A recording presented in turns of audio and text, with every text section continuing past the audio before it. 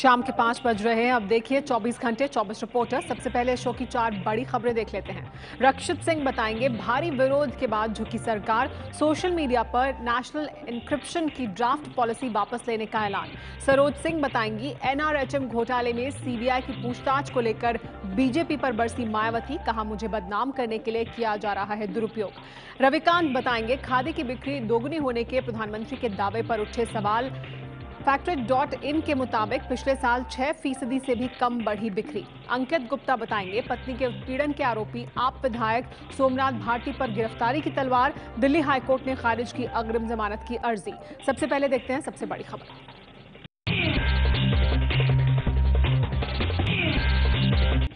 भारी विवाद के बीच सरकार ने किया नेशनल एन्क्रिप्शन पॉलिसी के ड्राफ्ट को वापस लेने का ऐलान।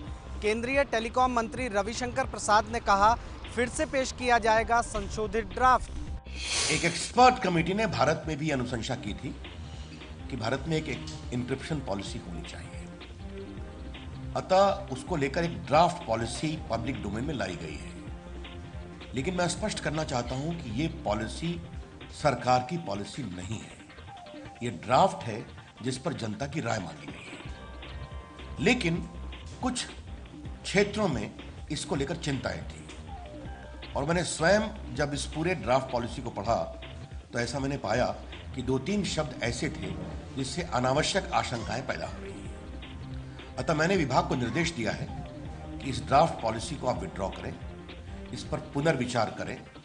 पुनर्विचार करने के बाद ये स्पष्ट करें कि किन पर लागू है किन पर लागू नहीं है। इसके साथ ही रविशंकर प्रसाद ने यह भी कहा कि बढ़ते साइबर क्राइम को देखते हुए नेशनल एन्क्रिप्शन पॉलिसी को लागू करना जरूरी है। आम आदमी पार्टी ने कहा है कि भारी विरोध के कारण मोदी सरकार ने नेशनल एन्क्रिप्शन पॉलिसी का मौजूदा ड्राफ्ट भले ही वापस ले लिया हो, लेकिन इससे सरकार की मानसिकता का पता चलता है।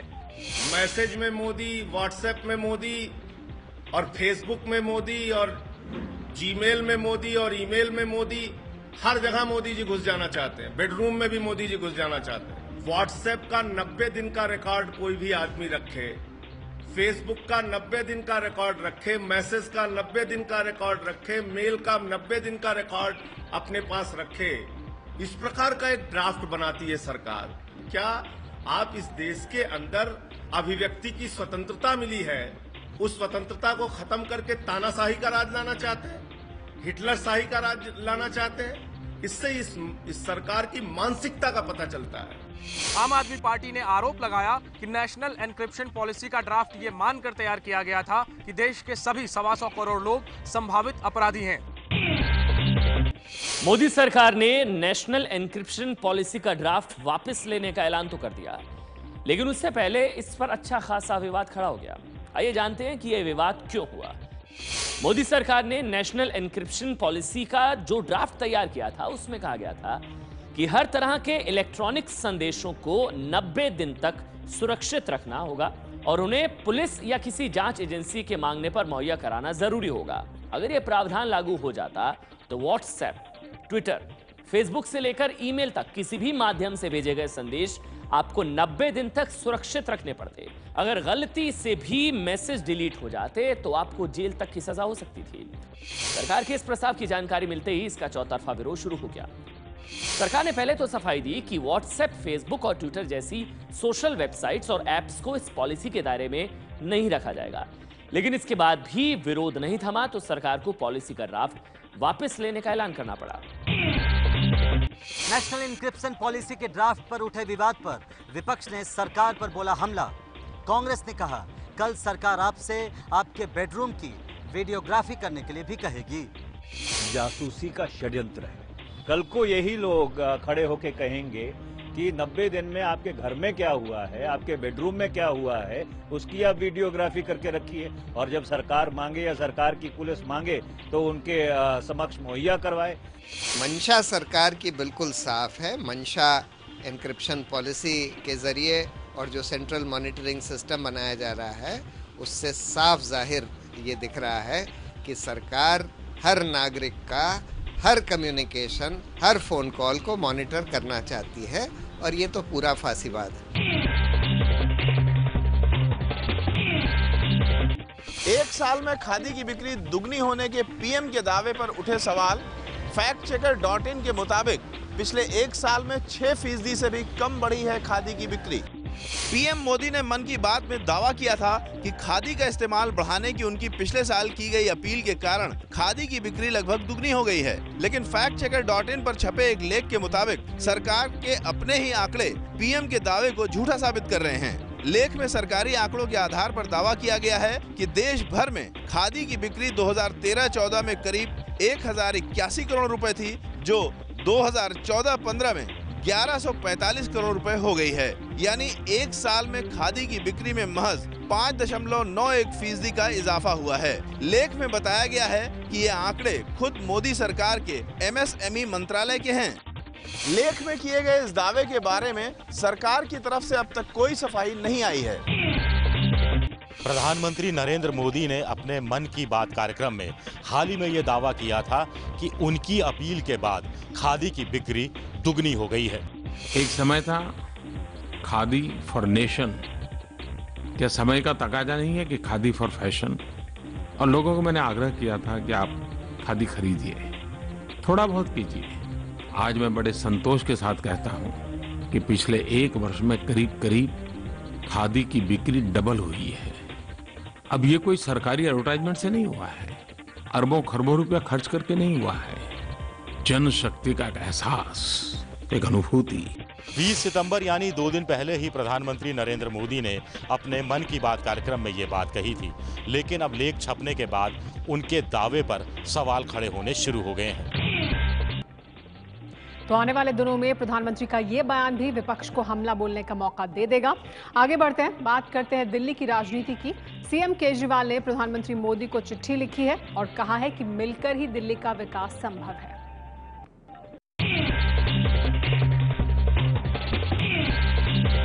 दिल्ली के मुख्यमंत्री अरविंद केजरीवाल ने पीएम मोदी को चिट्ठी लिखकर कहा है कि दिल्ली की जनता के भले के लिए हमें मिलकर काम करना चाहिए। केजरीवाल ने ये चिट्ठी सुप्रीम कोर्ट की ओर से उस PIL की खारिज होने के बाद लिखी है जिसमें केंद्र और दिल्ली सरकार के बीच चल रही लड़ाई में दखल देने की मांग की गई थी। केजरीवाल ने चिट्ठी में लिखा है कि मिलकर काम करते तो और विकास होता। केजरीवाल ने लिखा है कि पिछले 22 सालों में दिल्ली में राज्य और केंद्र के बीच वो सब नहीं हुआ था जो इस बार हुआ। दिल्ली के उपराज्यपाल ने ऐसे आदेश कभी नहीं दिए जो इस बार जारी किए गए। केजरीवाल ने पीएम को लिखा कि हमें दिल्ली की जनता के हित में अपने बीच के मतभेद को भुलाकर काम करना चाहिए।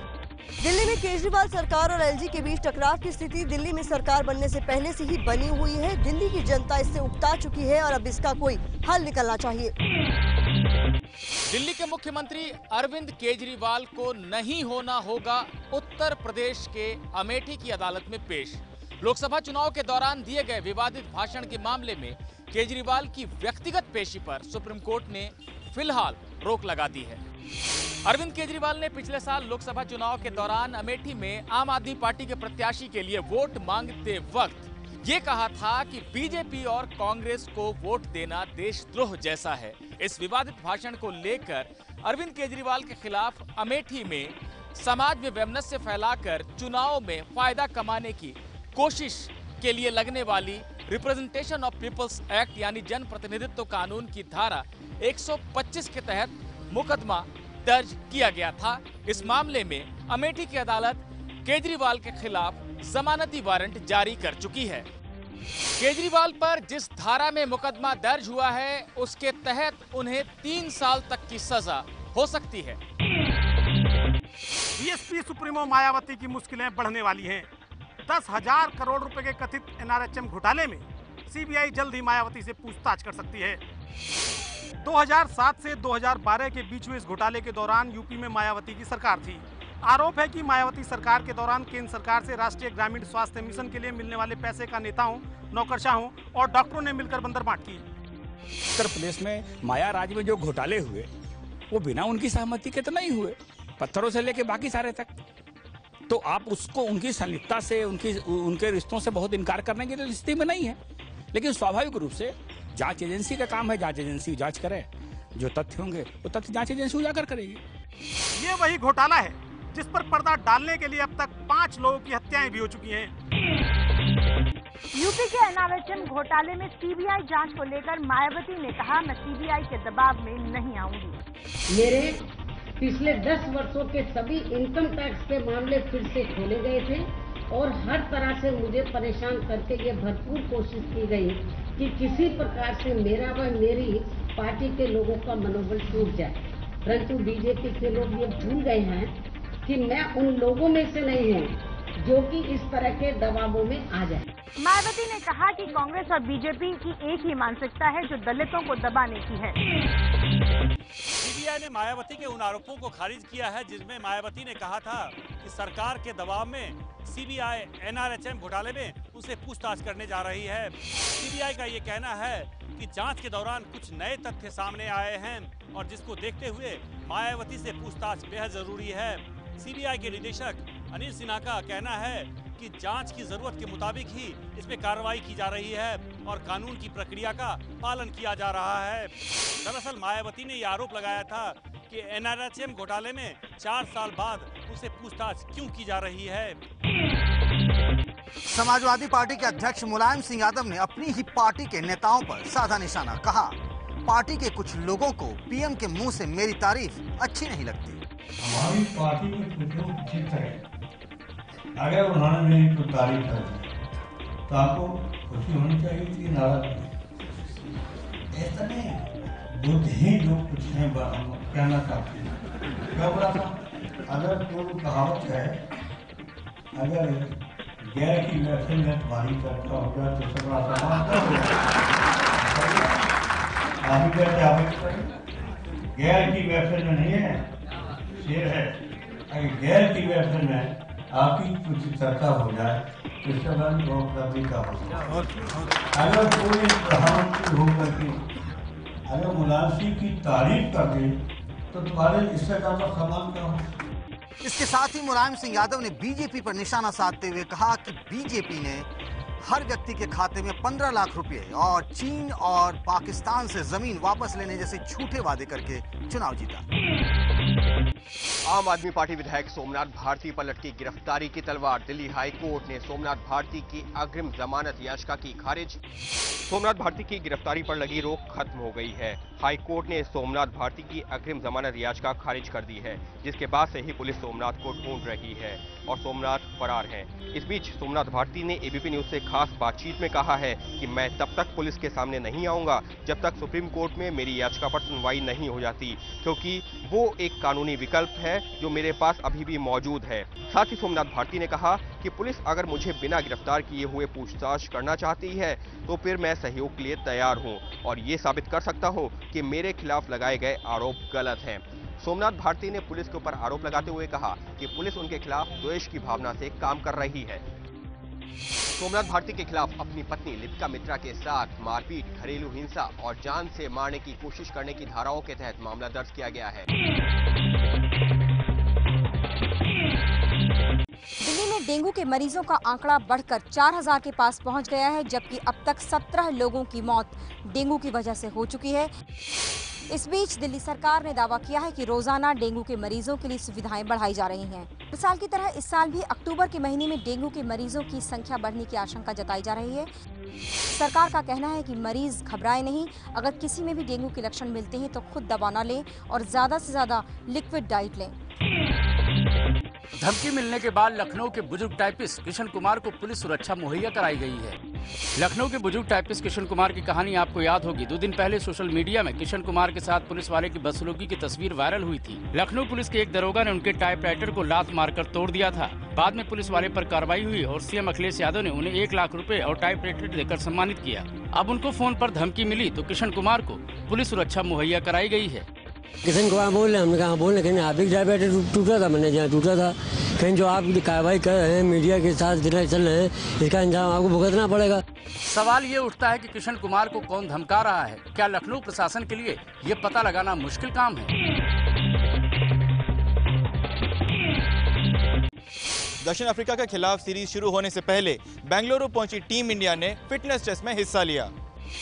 टीम इंडिया के बेंगलुरु कैंप का आज दूसरा दिन है। कप्तान महेंद्र सिंह धोनी, शिखर धवन, विराट कोहली, आर अश्विन, रोहित शर्मा, अजिंक्य रहाणे, हरभजन सिंह, भुवनेश्वर कुमार और अक्षर पटेल ने आज फिटनेस टेस्ट में हिस्सा लिया। टीम इंडिया के खिलाड़ी कल से अभ्यास करेंगे। सितंबर के आखिरी हफ्ते में आ रही दक्षिण अफ्रीका की टीम के खिलाफ भारत 3 T20, 5 ODI और 4 टेस्ट मैच खेलेगी। नेपाल में मधेसी समुदाय के लोगों को प्रतिनिधित्व न दिए जाने से भारत नाराज है, लेकिन पाकिस्तान इससे बहुत खुश है। पाकिस्तान सरकार ने नेपाल को नया संविधान लागू करने पर बधाई दी है। नेपाल में 2 दिन पहले लागू किए गए नए संविधान में मधेशियों और जनजातियों को प्रतिनिधित्व नहीं दिया गया है। सूत्रों के मुताबिक भारत पड़ोसी देश नेपाल के इस कदम से नाराज है। इसका फायदा उठाते हुए पाकिस्तान ने चाल चली है। उसने नेपाल सरकार को बाकायदा चिट्ठी भेजकर बधाई दी है और संविधान के स्वरूप पर अपनी खुशी जताई है। हालांकि पाकिस्तान नेपाल से ज्यादा कुछ लेना देना नहीं है, सिर्फ इसके कि वो अपने स्टेट स्पॉन्सर्ड टेररिज्म कार्यक्रम को पूरा करने के लिए कभी कभी नेपाल सीमा से भी भारत में आतंकी भेजता है। जाहिर है नेपाल में नया संविधान लागू होने से उसे कोई फायदा नहीं है और न कोई नुकसान, लेकिन वो खुश इसलिए हो रहा है क्योंकि भारत इस नए संविधान से नाराज है।